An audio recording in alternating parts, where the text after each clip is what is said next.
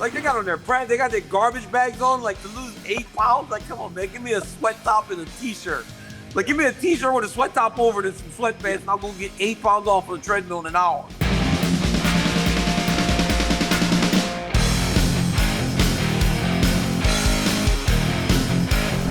What's happening, guys? Welcome to another episode of Good Guy, Bad Guy. I'm Chael Sonnen. He's Daniel Cormier. You're all in luck. Daniel, your hands are up? Wait, did I say something wrong? You just started? I mean, my head's down. I got the sunroof open, and you just start. I'm writing notes on what the show's supposed to look like, and you start? I thought that was the appropriate time to start. I thought you were trying to look casual. I thought you went out of your way to look casual. I'm writing notes. You know, Chael, if the head's down, the sunroof is open, and you start the, wow. Talk about a level of, hey, that is a level of distrust that I did not know that I could find for you. Did I go heel? I actually didn't even mean anything. By the way, I like this reference to the sunroof being open. Yeah. That's very clever. I like that. Why don't you're one of the lucky ones that still has a full head of hair. It's all the wrestling, man. The wrestling takes a toll on your body and your hair. Buddy. It starts like going like this. By the way, you being a friend of mine, hosting shows with me at prior employees, when my thing started to make that U in the front, could you not have told me, DC, it's time to shave it? I mean, why would you guys let me walk around like that? Do you know Tim O'Toole? You know Tim O'Toole over the UFC? Dana walks past his office each day, and Dana finally stops, and he goes, Tim, and nothing to do with work or anything. He said, Tim, shave it. And Tim goes, what? And Dana goes, it's time to shave it. And a week later, Dana comes by, and he puts his head and goes, I told you last week, shave it. And now, we're sorry, Tim, Dana, they all got the same haircut. Everybody's got a shave. Dude, you should have. I had a guy come to me the other day, and he was trying to get to you, Rogan, and or Dana White, and he's got a new hair product that can regrow hair. And I was like, hey, before we go to them, I'm dealing with a little bit of a receding myself. How about we look after old Chael P? If it grows my 6 head back to a 4 head, we're in business. I'll tell Daniel about it. Yeah, I don't know if that's going to happen unless you go to Turkey and get those plugs in front. Man, I gotta be honest, I don't know if I like the plugs in the front. I think it looks ridiculous, but it is what it is. John Cena did it. John Cena said he got teased by the kids online into doing it, and I have a fake moniker online. I'm one of the people that teased him. I felt a power when he came out and said he got teased online, so he went to Turkey and did it. I felt a power. That's good, man. You bullied him. That's funny. Chael, you know who's a bully? Who? In the octagon? John Silva. But you know who also is a bully inside the octagon? Diego Lopes. Dude, we got Noche UFC this weekend live from San Antonio. We have John Silva fighting against Diego Lopes. Chael, this is a fight, man. This is a dog fight between two dogs. John Silva. Diego Lopes may not bark at you, but he can put you out. What do you make of this fight? I mean, you have a Brazilian, Mexican, and Diego Lopes taking on the Brazilian John Silva to headline Noche UFC. All right, well, let me start with this. I did not realize that John Silva could deal with the lights being bright at this point in his career. His last fight against Bryce Mitchell had a connotation about it that the media would not even cover. Certain comments were made by Bryce Mitchell. Ari Emanuel personally stood up and congratulated John Silva in the ring. Ari has never done that, even if a guy wins a world championship or a double championship. It was a big deal, and Silva dealt with it, and that told me a lot. And the reason I take the time to make you hear that story, the opposite happened to Diego. As great as Diego was, that main event got a little bright. That was not his best skills. He choked just a little bit. Now, the good news, when a guy chokes, or a good lack of a better term, but the good news, Daniel, he only does it once. A guy sees that, he realizes the mistake. He pretty soon he starts to realize, hey, that octagon's the same shape. That referee's the same guy, whether it's the first fight of the night or the last fight of the night. The rules are unified. The weight class doesn't change. These are things that you can preach to an athlete, but once he goes through it, he'll start preaching it to other athletes and teammates himself. And I just suggest for you, these two guys are going to bring the best version of themselves. I think the odds makers are a little hung up on the fact that Diego's coming off a loss and Silva's coming off a win. I do think that Diego is rightfully the top guy in this weight class, even if the odds makers disagree. But we got a fight. We've got an old-fashioned ass-whipping contest on our hands. Chael, the head of Barstool was in the crowd with his yarmulke on, I saw him yelling at Bryce Mitchell. It was bad. Nobody covered it, and it's uncomfortable to even think about it. But there was a lot on that fight, and John Silva actually passed the test with flying colors. He beat the crap out of Bryce, and honestly, Bryce was supposed to fight another prospect last time in Abu Dhabi, and that kid couldn't get it done, right? Bryce Mitchell is a very talented fighter, and that's why he gives people problems. Not John Silva, though. And when you talk about John Silva, he's carrying a confidence about himself that all of his teammates were carrying for a long time. It was very interesting to me to talk to him today and see and feel if any of the negative of the team will affect him going forward. We'll discuss it a little more in detail later. Chill, not at all. This kid's mind is a steel trap, and he feels ready for this moment. But at the end of the day, all the things we say about John Silva, the knockout ability, the aggressiveness, the power, you could say it all about Diego Lopes. Diego Lopes does all the same things. He knocks people out. He finishes you. He's aggressive. That is what earned him that title opportunity against Alexander Volkanovski.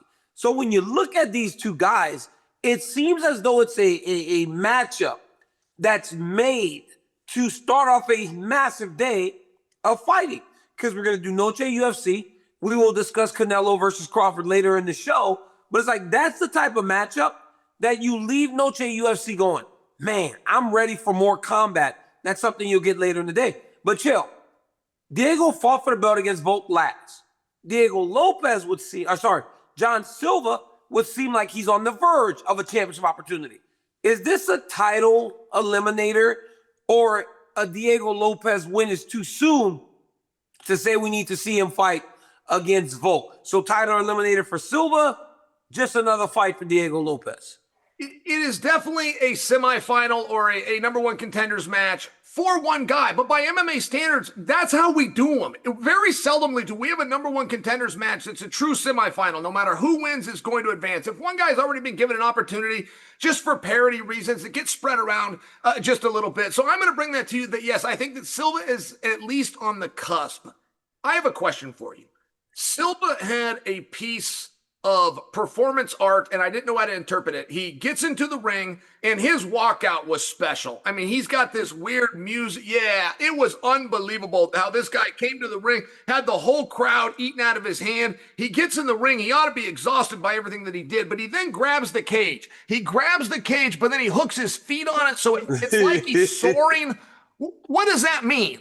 He's a cool guy, man. Is that a bat? What does that mean? Does that mean the wind is at my back? What does it mean? I told him today, Chow, I go, I like all that dog stuff. He's like a dog. Like, he's barking, he's intimidating. He looks scary too, right? Yeah. So even that, Chow, even if it's just to intimidate the opponent, a dude hanging off the octagon side, I gotta tell you, every time I walk into an octagon, my intention going into that octagon was to save as much energy as I had to make sure that I was able to use it in the right place in the fight. He has no thoughts of that. He's all gas, no brakes, right away. This dude he's an emotional guy, Chill. He's an emotional guy, and you can see it in the walk. You can see it in this, and he shows it. He cries, Chill. For a tough guy like that to cry is nuts. But one thing that's resonating with the people, and it shows that human side of him, is earlier this week, he saw himself in the main event for the first time. Chill, breaks down in tears. I mean, this means so much to this young man. What did you make us see in that, Chill P? Watching a guy, because the first time you see yourself on the poster, Chill, the first time we used to drive into Vegas and you see us on the side of the MGM Grand, it means something. To this kid, though, coming from nothing in Brazil, it seems to mean a little more. Is that a good thing to have that type of emotion? Yes. Yes. Daniel, what it tells us and shows us is that he's grounded. And I didn't know that he was. I thought that his head, he's part of the Fighting Nerds, and I realized they had a rough weekend, but if I was to go back to Florida when he had his last fight, they were on like an 18-fight win streak. Yeah. Everything's going their way. They're blowing up. He's in there. Like you said, Portnoy's front row, Ari Emanuel's front row. There's a lot on this match. He's doing the walkout in the show. He's got the glasses on. He's built a lot like Edson Barboza, but he's got that conditioning that could push all night. I mean, he really stood out for me. If you're going to get the jump on Bryce Mitchell, you got to be able to keep up with Bryce Mitchell. And he had the power and he had the endurance to see his reaction to a payoff of his hard work, which was to see his face and his name in lights, if you will. I thought it was a very sweet moment, but it also told me, regardless of headlining Noche, regardless of perhaps being in a number one contenders match, he in his own mind has not arrived. He in his own mind has not done what he came to do. I thought it was a very sweet and a very pure moment. I'm glad it was captured on film. Hey, Chael, has there ever been a moment where you got emotional? I know we didn't see it, especially to the degree that we saw John Silva's, but was there an emotional moment in your career that you could point to and go, I felt overwhelmed with something I had done? Danny, I was the opposite, man. I was pissed off going to UFCs and my face wouldn't be on the taxi cab. Mm-hmm. I get to the hotel and it wouldn't be my face up there. I'm looking at, there was Matt Hughes one time and there was Mark Coleman. He said, great fighters. But I'm looking around going, did somebody miss the shot? Did somebody not know the champ is in town? Like, did they not get a memo that we got jumbo jets leaving West Lynn a couple of hours ago? I have arrived. Where is my suite at the end of the hall? What am I doing 3 deep with cornermen, one of which spits tobacco that I got to smell and listen to all night long? I was upset that my rise didn't come a little bit faster. I will tell you something, though. It is very common for an athlete in the back to either want to cry or to want to throw up. And I don't know why. I don't know why one of those two emotions, but there has been times where I've had to control that. There's something about that walk. There's something about the rules and the guy's trying to damage you. There's something about the excitement. I've been in locker rooms where everybody in it had one of those two reactions. And I have found myself saying, I'm not going to cry and I'm not going to throw up, but there was an emotion that comes over that it's unique. I've never felt anything like it. People ask me all the time on fight day, how do you feel? And I don't know how to answer that question. It is a unique feeling. Yeah, absolutely. I could point to one directly. I remember losing to John Jones and I was crying in Kane's arms. That obviously was because I had lost. But I remember when I beat Rumble Johnson 3 months later for the belt. Chill, I remember walking into the locker room and hiding in a stall to kind of have a moment, right? And I was very emotional. I was like, it's almost like a dream that almost seems impossible becoming a reality. Same thing happened when I made the Olympic team the first time. Everybody's celebrating. My family's going crazy. I went as far as I could to the back of the Indianapolis, that Superdome or whatever they have, where the Colts play. And I just sat in the corner because I needed a minute. And I think a lot of times after every fight it happens because first off, you're safe, right? You're not like completely injured or beat up or hurt. You get to go back to your family and have everything normal. But it's always in those moments where you get a second to yourself is where it really starts to get you. John Silva doesn't really have that emotional control, Chill. Whereas you had that emotional control to say, I'm not going to do that. I was able to control myself to the point that I can get to a private moment. It was in those locker room right after. And then the moment you get back to the hotel, Chill, you're like, man, I got to sit back, appreciate the great thing that just happened, but also be thankful for my safety and thankful for the opportunity to get to do what we do. Because, dude, like you said, dude, it's like you can't explain to people the rush. I know there are people that do drugs and do all kinds of crazy stuff. You've never felt nothing like you felt hitting that curtain chair with 18,000 screaming and you get to go fight a man. It's the best thing in the world.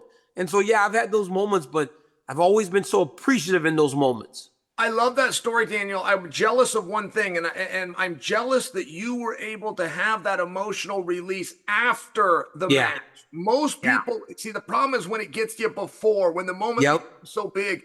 And that's a real maturity by you. That's a blessing, in fact, that you had all of those normal things like a human, which means you're not a sociopath, but that you were able to do it alone after. The Olympics helped us. Before or after. The wrestling helped us with that. The wrestling helped you recognize if you had that emotional dump before, you weren't worth anything. Your body doesn't work when you have that release. I was lucky to have that. And yeah, bro. But chill. That octagon walk is the best thing ever. It's the best thing ever. There's nothing like it, man.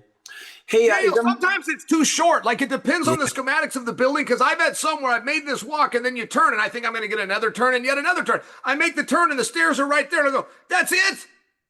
We're done. Because when you take that shirt off, boy, it's a different thing. When they check you and they put that mouthpiece in, it's a whole, whoever you are, whoever you just were, you become somebody different in that moment. And I got there one time and it was in Texas and those steps, they came a little too soon, man. I thought I had about 10 more seconds to get into the right frame of mind. Right frame of mind. I told somebody today in the meeting, I asked John Silva a question. I said, how do you do that? How do you find joy knowing you're going into the most scary situation ever?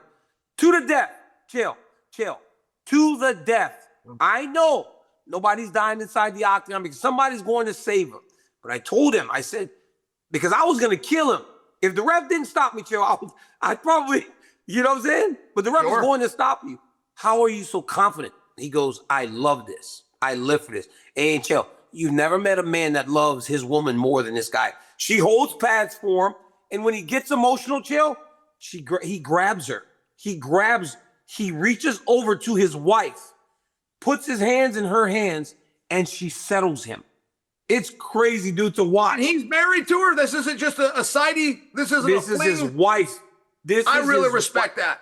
It's his wife that when he starts to get into that emotional space, he looks over at her, reaches, she locks her hands with him, and she settles him. She's his calm, Chill. She corners him. She holds pads. It's like, I've never seen a relationship like that in my life. By the way, sidey is a pejorative. I didn't mean to use that word. I meant to say like a fling or a girlfriend, something. I love the story you're telling. I like when a guy likes his wife. I don't get these guys that are trying to brag and go get all these numbers and they show you different pictures of their fight. I don't get that whole thing, man. I don't know. I like that he likes her, and I like that he found a way to involve her in his career. Yeah. That's very cool. My father was a plumber. And he would take my mom to the job sites, and she'd be like handing him the pipes as he was soldering together, or she'd run back to the van to get a 45 or a coupling or something like this. And I'm just saying, if you like the woman, bring her along. That story made me feel good. Absolutely. Chill. What's Monday's headline? What will Monday's headline be after we get done with Noche UFC?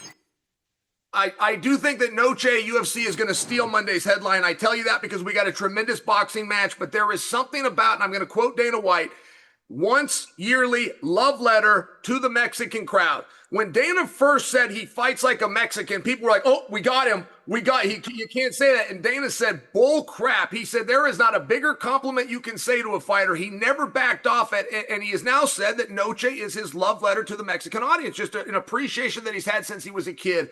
I think the winner of that fight is going to steal the headlines. I guess I will leave it at that. Yeah, mine is going to be, Monday's headline for me will be, the event lived up to what Noche UFC has become, even though we didn't have the Sphere. It's going to be finishes. It's going to be exciting fights. I think that last year's Noche UFC, because it was at the Sphere, became a spectacle. But then we forget, because it became a spectacle, that the year before we got Alexa Grasso becoming the world champion over Valentina Shevchenko. And that the year before, Noche UFC and T-Mobile was just fantastic. I believe that it doesn't need the spectacle of the Sphere. The meaning behind what Noche UFC is enough. And I think that these guys will lay it on the line to the point that we find a new #1 contender, and we also find an ability to justify doing this every single year. And also that we're going to the White House next year. I wonder if we're going to call it like Independence Day. We need to get a good name for the White House card. Could we have a love letter? I said that last year. Could we have a love letter to the United States every 4th of July weekend? And then next year, we get it at the White House. Unbelievable. This guy, Dana White, dude, is so crazy. I don't like smiling when I talk about him because people are like, well, DC got a crush on this dude. I don't have a crush on him, but this dude is pretty amazing, man. Some of the stuff that he makes happen. Chill. Co-main event is Rob Font, but he's taking on David Martinez this time. Hard draw. That's a hard draw. Second fight in a row where he's had an opponent change 2 weeks prior. He's supposed to fight Raul Rosas Jr., but now he gets a guy that's only 1-0 in the UFC, who's an amazing kickboxer, has a ton of momentum. What do you make of Rob Font versus David Martinez? Well, I think that it is a step down. I mean, I just think that in Font's mind, there's a little bit of a relief. And I don't mean that Martinez isn't as good of a fighter. There's a lot on fighting Rojas Jr. because he's so young. You don't want to be the guy losing to the teenager. You don't want to be losing to the guy that can't go to the after party because he's going to get tagged at the door. I had to fight Michael Bisping, who I hold as one of the great fighters. He's also a great friend. But I was scheduled to fight Mark Munoz. I secretly did not want to fight Mark Munoz. I pretended I wanted to fight Munoz. My senior year, Munoz won the bracket.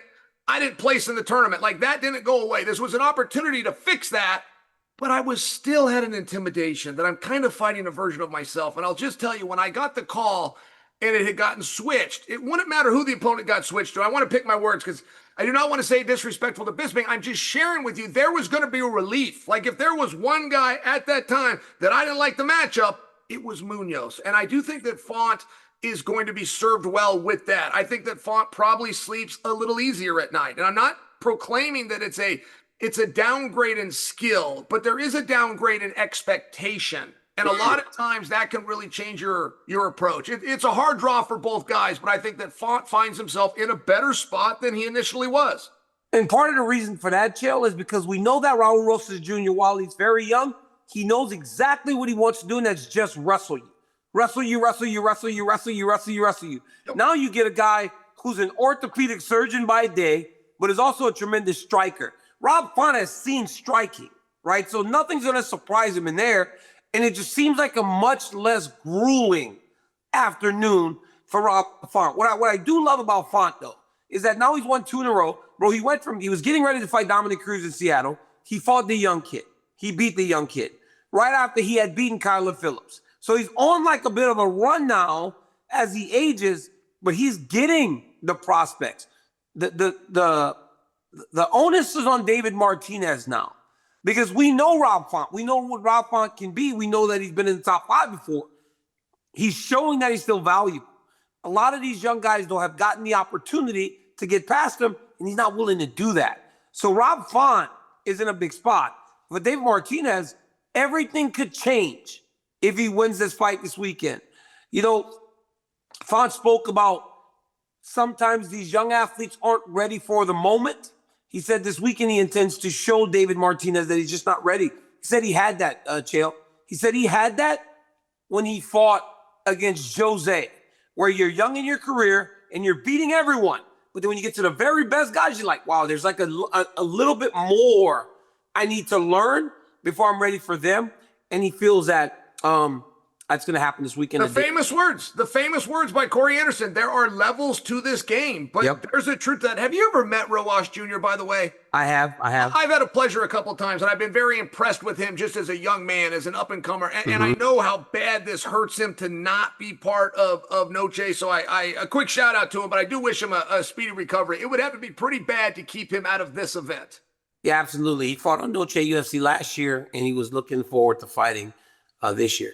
Hey, the Ultimate Fighter finale finally takes place this weekend. Rodrigo Cezinando fights Daniil Danchenko. Chael, you've seen both of these guys in action.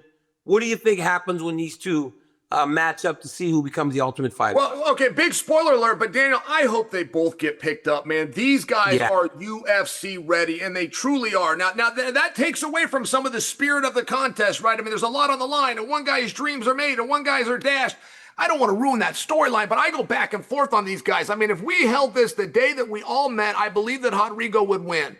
But Daniil got better. I mean, Daniil grew over the course of this process, probably larger than any guy in any weight on either team. Is that gap that he grew enough to get over on Rodrigo? I really don't know the answer to that question. It's going to be very close. These guys are going to go the distance. They're going to trade positions. They're going to trade rounds. Who ultimately comes out? I predict this will be the fight of the night. I can tell you that. It's very early in the fight card. The very first fight of the night, the Ultimate Fighter gets decided. And Chael, honestly, after what we saw with Joseph Morales in Chicago, you never know what version of these guys will show up. I know that I've had Rodrigo in my gym training. I know that he is in phenomenal shape and ready to go. But I also know that John Wood is training Daniil, and John Wood can get you better prepared than most. And right now, the odds say that it's going to be Daniil Danchenko minus 218, Rodrigo plus 180, which to me is a bit surprising. But and are you involved, Daniel? Are you going to corner Rodrigo? Or are you? No. I'm not cornering him. I'm calling the fights, but I'm not going to. That's appropriate. Good. We have trained them. I love both of the guys. I want them to both go out there and show out. So here's the deal. I do this MMA training thing, but I will not corner the guys because my job is to sit at that commentary table, but I will coach them up and get them prepared for their opportunities. But right now, I'm going to get to watch two of my guys compete to get an Ultimate Fighter. And Chael, we're going to split the Ultimate Fighter. And for me, that's okay. When I did Stipe, I wanted to beat him. I wanted both champs. You got one champ. I get one champ. I'm fine with us splitting, right? The good guy, bad guy season goes 50-50. There's no problem with that. Chael, that's very gracious. Thank you, Daniel. My brother. Chael, so going into Saturday, this Mexican Independence weekend is a massive weekend in combat sports. For a long time, that weekend belonged to Canelo Alvarez. And then the UFC started to hold Noche UFC on this weekend. But this year, we get them both. We get Canelo versus Crawford on Saturday night after we get done with Noche UFC. We got Max Kellerman, Andre Ward, Michael Buffer, and John Anik, all as the broadcast team. It feels big. Zuffa Boxing is kicking off their boxing adventure, and they're starting with the biggest fight in the world. It feels big, Chael. And in boxing, it hasn't always felt big here lately. This one does. Did you hear what Suleiman said? He's so mad. Hey, Jose Suleiman is so mad. Come on, man. He just threatened the boss. First off, he threatened trespass. And second, he said the boss better have some security there. Excuse me. Do not try that. Okay, do not try. If Dana wants you part of the show, Dana will invite you to the show. Don't tell me about your three little levers, and don't tell me that your father made you president of the company before he passed away. Rest his soul. If Dana says you're not coming on TV, you're not coming on TV. I mean, at some point, you got to elect yourself the mayor of Get the Hintville. I also would like to put the belt around the guys. That's not what the runner. That's not happening, Chael. That's not happening. And I thought that Suleiman really came out. I mean, this is a powerful guy in boxing. A powerful guy in boxing that comes out and says Dana White on his first foray isn't even returning his phone calls. I mean, we knew that Dana was going to take that baton at some point. But excuse me, he's already taken it. If Suleiman is begging for access to the building through Dana, Dana's already the most powerful man in boxing.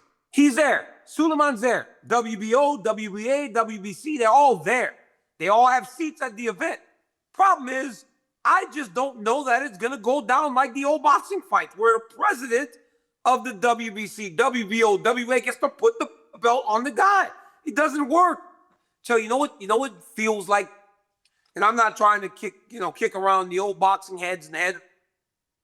They've been able to run boxing for a very long time. It feels like they just don't know. They when you can sense a change coming and you're just like the last person to recognize the change and you start feeling bad for the old guy. They go, oh man, he just doesn't see what's happening. Listen, bro, the Sheik and Dana and TKO Boxing and Zuffa Boxing, I think boxing's going to change in a lot of ways. And I think those old heads who've been running boxing the same way since the 1930s and 40s are like, no, wait, this is how this works. And I don't think that that's going to be able to happen anymore. And Daniel, you'll see it. You'll see it as a viewer. And I haven't been tipped off, but the presentation that Dana White's going to put forward, whether it's the color of the ring, whether it's the way the walkouts, the presentation is going to be different, and I am very excited for that. I'm ready for something new, and there's only so many things you can do, right? You got a square circle at 17 feet by 17 feet. You got the same commission that oversees it. There's only so many things you can do, but I guarantee Dana will do something, and when you watch, it's going to be a treat, and you're going to go, oh, I wish we had that before. I don't know why we didn't have that before, and I think that that's one of the most exciting things. Like Bud Crawford, I'm going to roll with him, by the way, but he's just a street guy from Nebraska where my boy Ellenberger is from. Ellenberger knew him growing up. Crawford grew up in a house that didn't have a dad in it. The mom wanted to toughen him up. So the mom would go to some of the street toughs and she'd pull out some 20s and she'd give each one of them a 20 and she'd say, go beat up that kid. It'd be her own kid. And they're like, well, how bad do you want us to beat him up? And she said, as bad as you just go beat him up. Here's a 20 for each of you. Another kid would come over. She'd throw out another 20. All of a sudden, she's sitting ringside in a Louis Vuitton dress. It seems that her little idea worked. it worked. And what those kids in the neighborhood didn't know was that Bud actually wrestled too.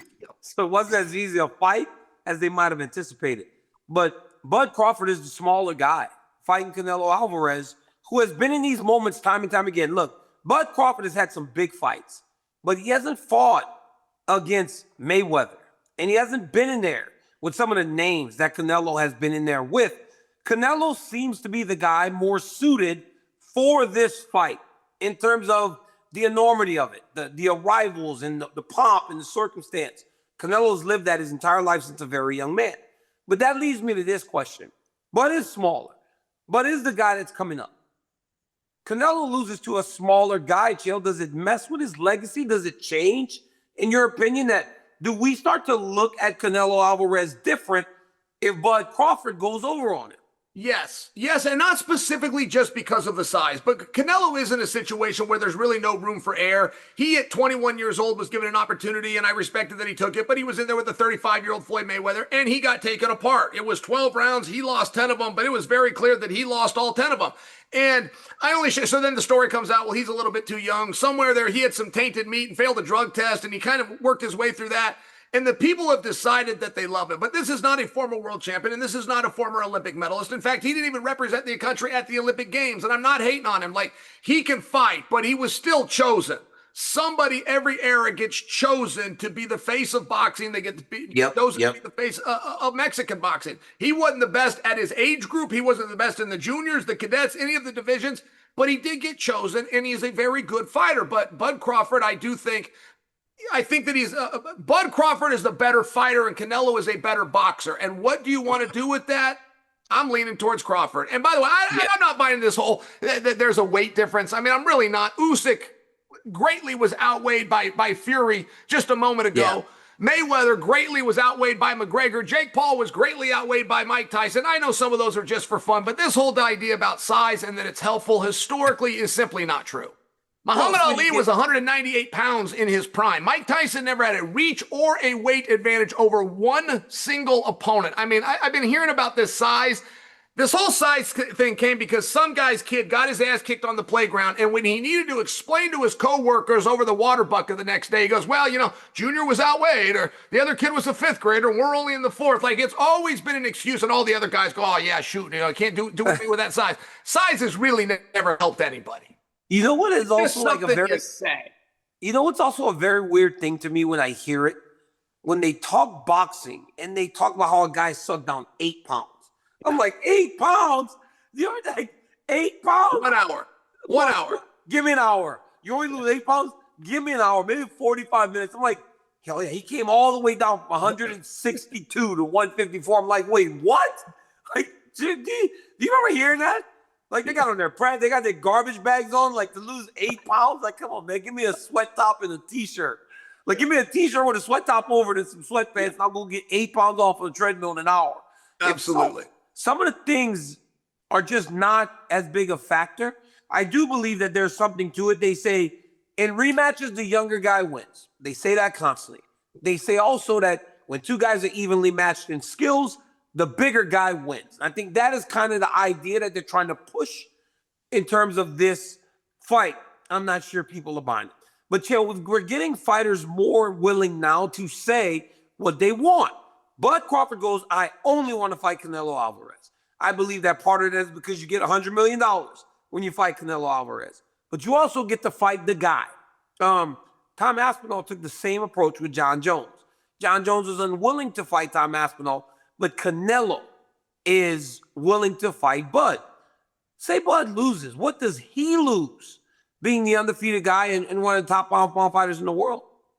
Yeah, what a question. I mean, what a real question. If he wins, we already know what's going to be taken from him. If he loses, it seems like he should gain esteem just for having the courage to try. But that's not the way the story will be written. And I think that it's a very interesting spot. Some of those guys get a little something put into their contract. some of those guys get a guarantee or an immediate rematch, or if I fall here, I land over here, and that usually doesn't get revealed to us, the audience, until after the fact. And I do wonder on that, because I do think that Bud's got something. By the way, I saw him. I don't know. Bud's like his nickname. I'm acting like we're boys. He sat a few rows away from me at WrestleMania, but he had like 5 kids crawling on him, and when they were hungry, he's the one that went to the concession stand. He's the one that was putting the relish on the hot dog.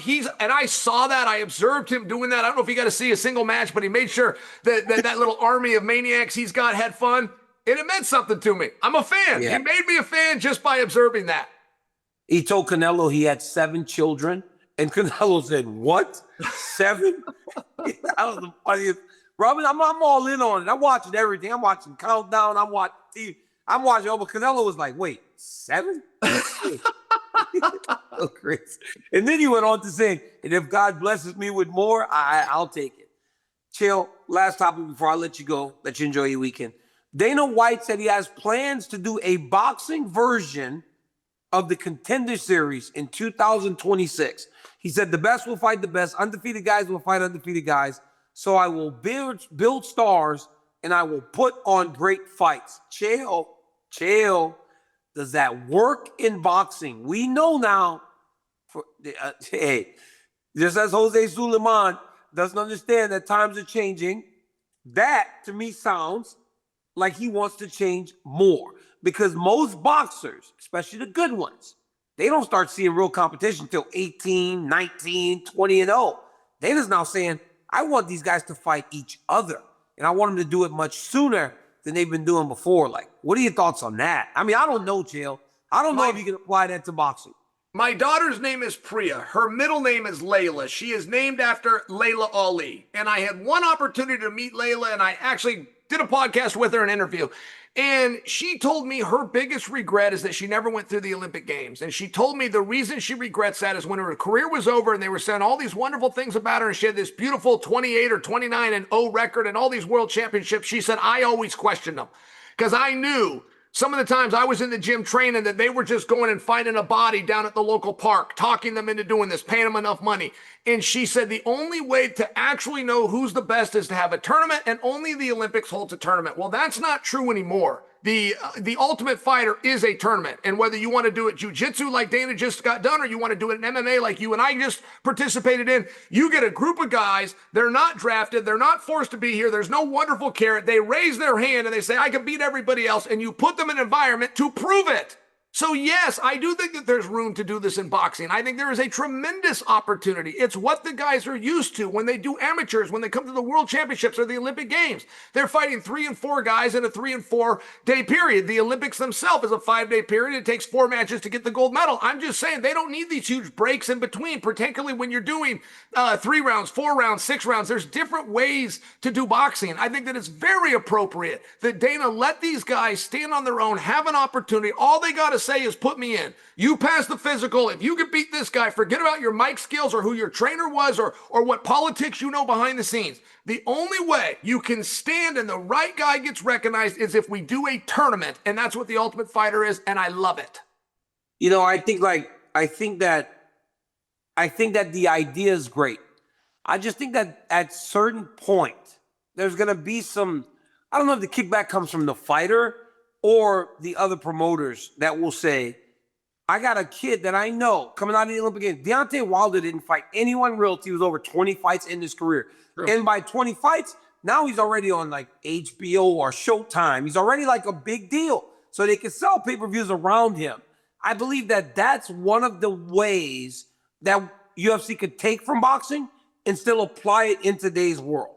Continue to build the star by having them look good against competition that may not be the... And then when they get to each other at 21-0, 22-0, okay. But Canelo Alvarez fought Floyd Mayweather at 21 years old. At that point, his record probably was about 25-0.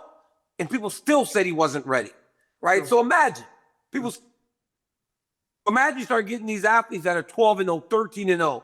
They're just not ready to fight that level of competition. Boxing is just different in that regard. You can get a real good MMA fighter at 10-0. Really good. Ilia Topuria was really good and one of the best fighters in the world at 8, 9, 10, and 0. I don't know that a guy that fights 4 rounds at 8 and 0 could be considered one of the best boxers in the world. And then if you move them too fast, you don't get the opportunity to learn if they can be. Because we've seen guys on the Contender Series, and I'm like, I don't think this guy's very good. They become world champion, right? It takes time once they're in there. So I believe that's one area. That's a very good analysis. You're opening my mind there. I'm not ready to concede, but that was a very fair analysis by you.